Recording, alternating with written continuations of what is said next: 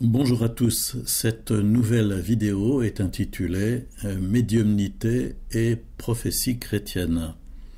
Je vais dans cette réflexion cibler cet aspect tout à fait particulier.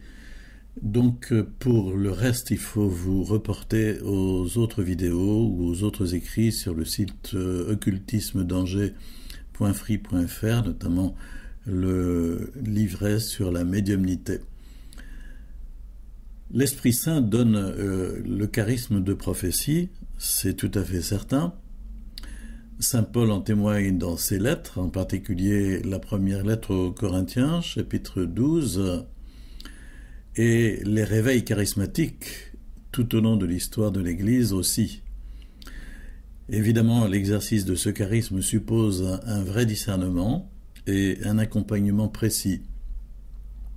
Je vais vous donner 3 critères qui peuvent aider à réfléchir pour discerner si une prophétie ou bien une parole de connaissance ou encore une image mentale est une vraie motion du Saint-Esprit ou au contraire une manifestation de médiumnité avec toutes les possibilités de dérive, d'emprise mentale et de manipulation à la clé.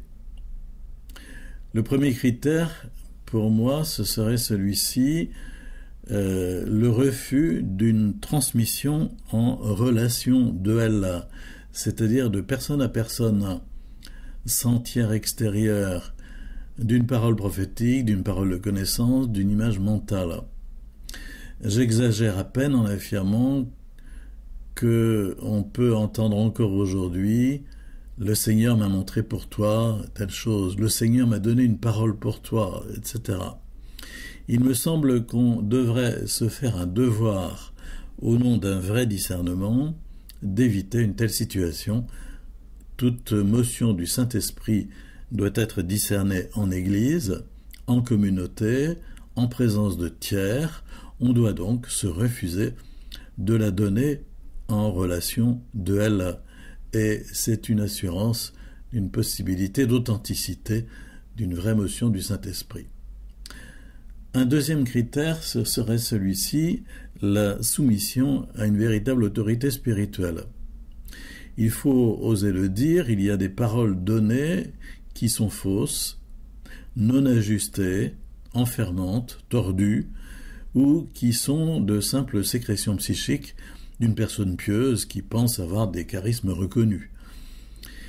Il faut donc éviter de rester dans un entre-soi, dans l'environnement bien connu des frères du groupe de prière ou du groupe d'accompagnement spirituel. Il faut accepter, voire rechercher, la présence de personnes vraiment extérieures, ayant une grande maturité spirituelle, une grande expérience pastorale, une véritable sagesse et prudence humaine, ce qui n'exclut pas l'audace, mais voilà, des personnes d'une grande maturité spirituelle, et donc, pour vivre ce charisme, une soumission à une véritable autorité spirituelle. Le troisième critère, qui me semble personnellement tout à fait décisif, est celui-ci, le respect du fort interne inviolable de toute personne.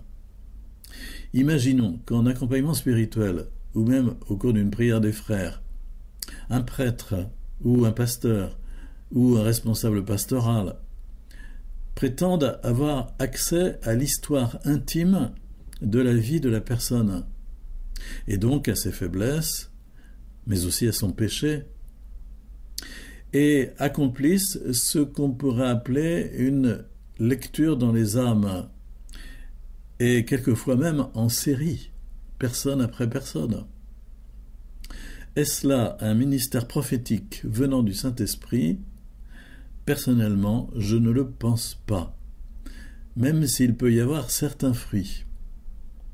Je ne le pense pas pour 2 raisons. La première, c'est que ça ressemble comme 2 gouttes d'eau à l'hypersensibilité médiumnique qui, elle, procède par viol psychique et spirituel. La confusion est totale avec les consultants d'âmes de la vitrine New Age dont on reçoit les flyers dans nos boîtes aux lettres quelquefois. La seconde raison, c'est que Dieu lui-même respecte notre fort interne, au sens où il n'en donne aucune connaissance habituellement à un tiers. Si Dieu veut nous dire quelque chose, c'est habituellement par la voix de notre conscience qu'il nous communiquera un reproche, ou encore par sa parole biblique ou par une prédication qui nous transmettront une véritable conviction de péché. Vous me trouverez trop limitatif. J'ajoute que le charisme de lecture dans les âmes existe, qu'il a été accordé à des saints au cours de l'histoire de l'Église. Par exemple, Saint Jean-Marie Vianney, curé d'Ars, qui passait 17 heures par jour au confessionnal, sans repos, dans une église glacée l'hiver et surchauffée l'été, à écouter toute la misère du monde se déverser, sans autre appui ou sans autre aide que Dieu seul. On comprend que Dieu l'ait doté du charisme de lecture dans les âmes, dans le cadre du sacrement de réconciliation, s'il vous plaît, et donc dans le cadre du secret sacramentel. Charisme alors pour aider les pécheurs au repentir et à l'accueil de la miséricorde divine.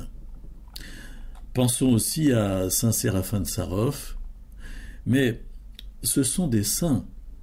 Lisez leur vie, vous comprendrez ce que je veux dire.